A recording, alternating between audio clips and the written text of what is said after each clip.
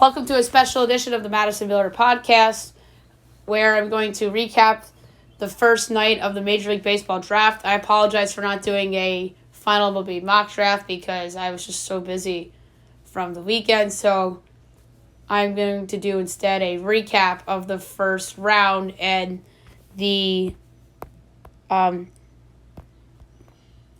after the first round, which is the 1C in the competitive balance rounds.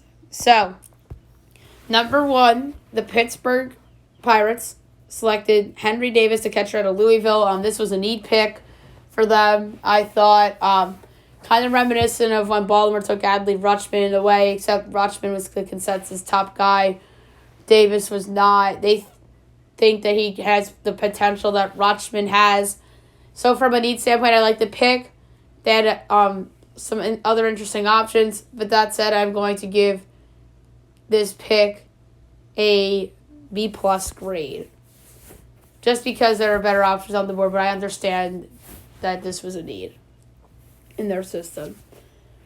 Number 2 overall, the Texas Rangers went with Jack Leiter, the pitcher out of Vandy. That gets an A+. Best pitcher in the draft, in my opinion. He's fabulous. I think that there's a chance that Pittsburgh was going to take him at 1, but ultimately they went with Davis. Number 3, the Detroit Tigers went with Jackson Jobe, the pitcher out of Heritage High School, or Heritage Hall School. For the Tigers, I give this pick an A. Just adds yet again to their loaded pitching depth in their system. Number 4 overall by the Boston Red Sox, Marcelo Mayer, the shortstop at Eastlake High School. He's the consensus number 1 choice. Red Sox got an A+. That's a steal for them. Number 5, the Baltimore Orioles went with Colton Cowser, the outfielder from Sam Houston State. I'm giving the pick a B only because I think there are better choices on the board. I think that Cowser could be a good player, but there are just better options for the Orioles to go. I think they should have went in the infield route rather than the outfield route because they went outfield last year. But I understand why they did it because of the underslot too, to pay more high school guys down the road in the draft. Number 6 overall, the Arizona Diamondbacks went with Jordan Lauer, the shortstop at Jesus College Prep. This pick's an A pick for me for the Diamondbacks. They had to go with the best player available here. So great pick by Arizona. Number 7 overall, the Kansas City Royals went with Frank Mazzucato, the pitcher at East Catholic High School. Better choices on the board. I'm giving them a C+. I like Mazzucato, but to me he was a late round first rather than an early first top 10 pick. But they overslotted the guy here, but still better choices on the board. Number 8, the Colorado Rockies went with Benny Montgomery, the outfielder from Redland High School. They passed on Cooper Rocker and some other pitchers here. But I get the Montgomery upside play. So I'm going to give them the same grade as I gave the Royals of a C+. Number 9, the Los Angeles Angels of Anaheim. Sam Bachman, the pitcher out of Miami University. This Angels pick I'm going to give a B. Solely based on the fact that Cooper Rocker was on the board. Bachman to me was a mid-round first, not a top 10 guy. Number 10, the New York Mets, Cooper Rocker, pitcher, Vandy, A+. That was a steal for the Mets. Rocker should have gone in the top 7. He should have gone to the Royals. I wouldn't have minded him going to the Diamondbacks or the Rockies or the Angels or the Orioles even. And I would have even understood if even Detroit or Boston took him at 3 or 4 respectively. So the Mets get an A+. They got themselves a stud here. Number 11, the Washington Nationals, Brady House, shortstop, Winterboro High School. That's an A+ pick. House should have been a top 10 pick. He falls to 11. Good job on the Nationals. Number 12, the Seattle Mariners are with Harry Ford, the catcher at North Cobb High School. Harry Ford was a pretty fast riser. I give this pick a B. I think that Seattle should have gone with somebody else, like a pitcher, Sal Frelick of Boston College. But they really don't have a set catcher of the future, so I understand why they did it. So that's why I give them a B. Number 13, the Philadelphia Phillies. Andrew Painter, pitcher. Calvary Christian Academy. I think this was a reach for Philadelphia. I'm giving this a B-. Better pitchers on the board. I know how the board broke. I understood kind of why they're scrambling here, but there are better options to me. I'd give Philly a B. Number 14 overall, the San Francisco Giants go with Will Bednar out of Mississippi State, the pitcher, helped lead them to the championship. I'm going to give this pick a B+. Bednar really has been a fast riser before the draft, only because of Mississippi State's run. Great pitcher, so he finally got the attention he deserved. So I give San Francisco a B+ on this selection. Number 15, the Milwaukee Brewers go with Sal Frelick, the outfielder out of Boston College. I'm going to pick an A. Frelick should have been in the top 10. And he fell to 15th. And it's interesting. I think that Frelick would have been a good choice for the Mariners. I think Frelick would have been good for Philadelphia. Can't blame Washington. I think that even Colorado, I wouldn't have minded Frelick for them because I think Frelick had potential to go to Baltimore at 5. So Milwaukee, good pick. They get an A. Number 16, the Miami Marlins, Khalil Watson, shortstop, Wake Forest High School, North Carolina. They get an A+. They got a steal. That's who, if the Rockies were going to pick an offensive player, Watson or Brady House should have been the guy for Colorado. And passing on Watson is why I gave the Brewers an A rather than the plus. But I understand why they went with Frelick. I think that the Phillies missed an opportunity. Seattle could have used Watson here. Anybody, really. I don't blame the Mets for passing on the shortstops because Rocker was right there. So they get a pass here. I mean, the Angels could have used one of those shortstops. Colorado especially. KC should have went Rocker because they have a platoon of middle infielders in their system. Baltimore should have taken one of the shortstops. But good job on Miami for pouncing. So they get an A+ for that. 17, the Cincinnati Reds go with Matt McClain, the shortstop out of UCLA. I think that's a steal as well. I give them an A. I think he's going to be a good player. So, good job on Cincinnati. 18 overall. Michael McGreevy, the pitcher out of UC Santa Barbara, goes to the Cardinals. I think McGreevy should have been in the 20s. I give this pick a B+, because I understand the need in the college arm. So, Cardinals, to me, get a B+ with this pick. Number 19, the Toronto Blue Jays go with Gunnar Hoagland, the pitcher at Ole Miss. A-. I like Gunnar a lot. So I think this was a solid selection here. But I just think that there are could have been guys that I think would have better fitted Toronto rather than Hoagland. Number 20, the New York Yankees go with Trey Sweeney, the shortstop out of East Illinois. This is someone whose stock has rose before the draft. I'm going to give the Yankees a B here because of the need of college bats in their system, especially in the infield.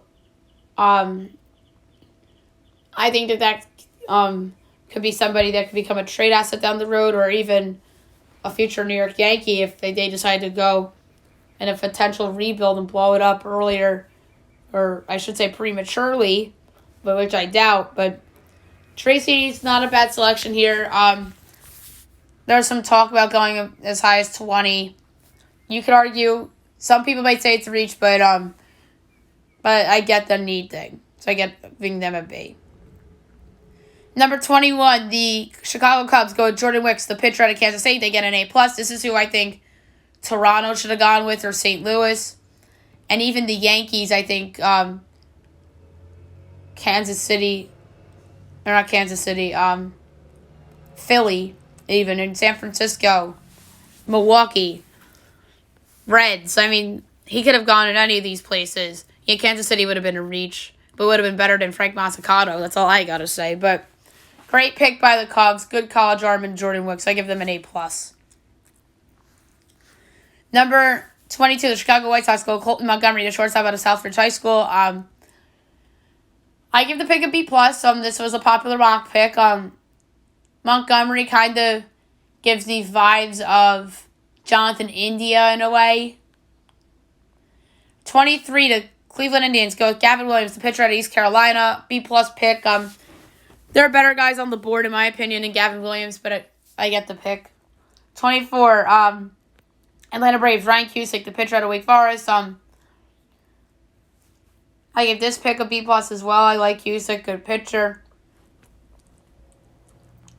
Number 25, the Oakland Athletics, Max Muncy, shortstop, Thousand Oaks High School. I was hoping the Dodgers would take this guy only because of the name. I think it's really funny.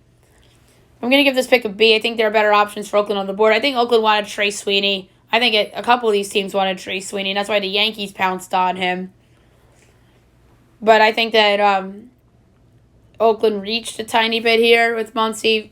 But I get the want and the need.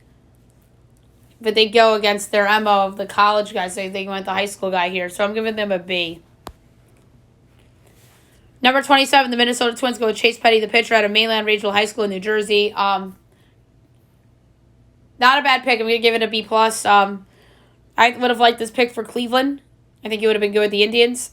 This could be a potential steal for the Twins. Number 27, the San Diego Padres go with Jackson Merrill, shortstop out of Severna Park High School. Not that great of a pick. I think they were reaching here too. I'm giving them a C-. I think Max Muncy would have been fine here. I think they were also wanting Trey Sweeney. So, Jackson Merrill, that pick to me gets a C-. I really don't like Jackson Merrill. He was, to me, a third-round pick. Number 28, the Tampa Bay Rays goes Carson Williams, shortstop, Torrey Pines High School. I'll give this pick a C+. This guy should have been a second-round pick. I just think there were some better choices for the Rays on the board. Number 29, the Los Angeles Dodgers go with Maddox Burns, the pitcher out of UMS Wright Prep School. I'm going to give it a B. Dodgers can use some pitching in their system with some of the likes of like Josiah Gray and some of those guys kind of like on the come here. 1C, the Cleveland Indians, which was the 30th pick. Jay Allen, outfield, John Carroll High School. A- pick. Good pick by Cleveland. He could have gone at the end of the first round. Competitive balance pick. With the Marlins at 31, go with Joe Mack, the catcher out of Williamsville East High School. So, this is another A+ pick. Joe Mack's a good prospect. To me, he was the number 3 catcher in the draft behind Henry Davis and Harry Ford. I like Joe Mack.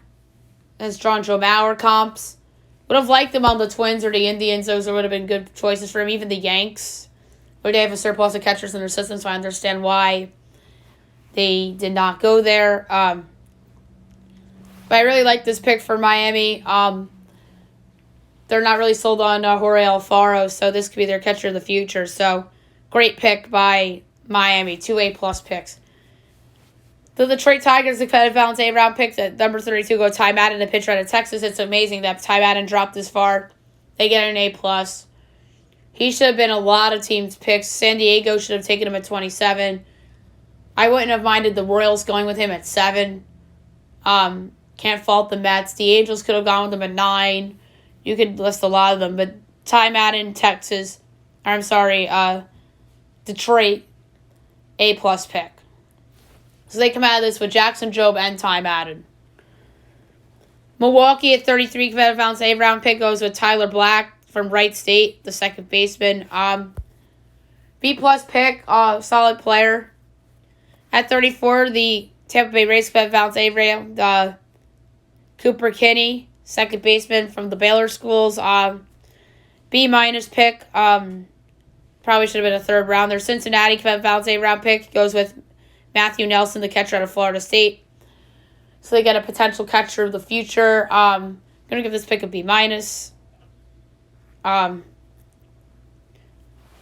Because I think that the Reds could have gone in other directions. There's some better guys on the board. And then Minnesota went with Noah Miller, the shortstop out of Ozaukee High School. Noah Miller, to me, should have been like a 2C or Valence B round choice. I would give the Twins probably a B- here. Best available. Anthony Solometo, Will Taylor, Bubba Chandler, Jude Fabian, Joshua Baez, Peyton Stovall, Isaac Pacheco, Wes Kath, Ethan Wilson, Jaden Hill. Those are guys that were rounded out the top 36 and could have gone either in the first round or 1C or competitive Valence A.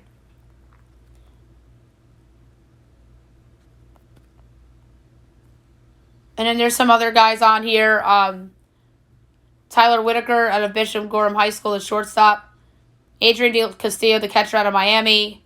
James Wood, the outfielder of IMG Academy. Tommy Mace, the pitcher out of Florida. Matt Maluski, the pitcher out of Fordham. Andrew Abbott, pitcher out of Virginia. Christian Franklin, outfielder out of Arkansas. Spencer Schwellenbach, the shortstop out of Nebraska. Doug Nikhazy, pitcher out of Ole Miss. Connor Norby, the second baseman out of East Carolina. Alex Spinolas, the third baseman out of Louisville. He was a teammate of Henry Davis's. Peyton Wilson, the second baseman out of Alabama. Jose Torres, shortstop out of NC State. Ryan Bliss, shortstop out of Auburn. I'm just going through some notable college players. Dylan Smith, pitcher Alabama. Sean Burke, pitcher Maryland. Aaron Zavala, outfield Oregon. Joe Rock, pitcher of Ohio University. Zach Galoth, third baseman, Virginia. Robert Gasser, pitcher out of Houston. Landon Marco, a pitcher out of LSU. Jonathan Cannon, pitcher out of Georgia.